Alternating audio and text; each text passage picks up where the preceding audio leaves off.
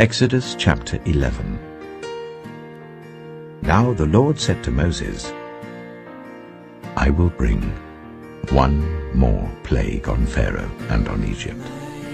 After that, he will let you go from here, and when he does, he will drive you out completely.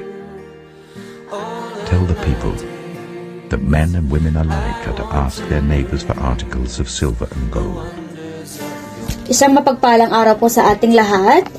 Samahan niyo po ako magbasa sa Book of Exodus, chapter 11, verse 3 po yung napunta sa akin. Niloob ni Yahweh na igalang ng mga Ehipto ang mga Israelyeta.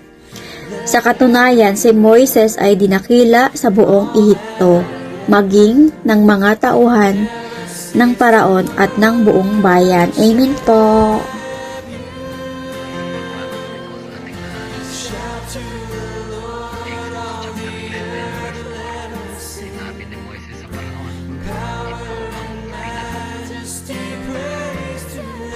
Exodus chapter 11 verse 5. At mamatay ang lahat ng panganay na lalaki mula sa anak na magmamana ng trono ng Faraon hanggang sa panganay na anak ng hamak na panganay ng mga hayop ay mamamatay.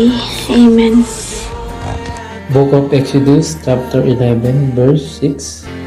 Maririnig ang matinding iyakan sa buong Ehipto na hindi pa nangyayari kailanman at hindi na mangyayari pang muli.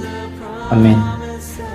Sinabi po sa Exodus 11 verse 7, pero sa mga Israelites, tao man o lagang hayop, walang asong tatahol. Para malaman niyong akong si Lord ang naglalagay ng pagkakaiba ng mga Egyptians at mga Israelites. Ang mabuting salita ng Diyos. Amen. Isang mapagpalang umaga sa ating lahat. Ang aking babasahin ay mula sa libro ni Exodus chapter 11 verse 8. Lahat ng tauhan mo ay luluhod sa akin at magsasabi, lumayas na kayo ng mga kababayan mo. Pagkatapos nito'y aalis ako. Pagkasabi nito'y galit na iniwan ni Moises ang Faraon. Ang mabuting salita ng Diyos. Amen. Hello. Good afternoon sa bawat isa.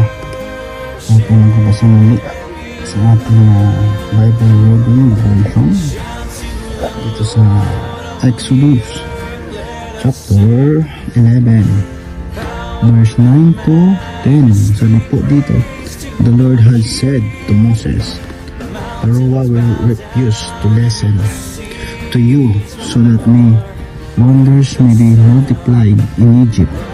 And Moses and Aaron performed all these wonders before Pharaoh, but the Lord hardened Pharaoh's heart, and he would not let the Israelites go out of his country. Amen po. Shalom everyone.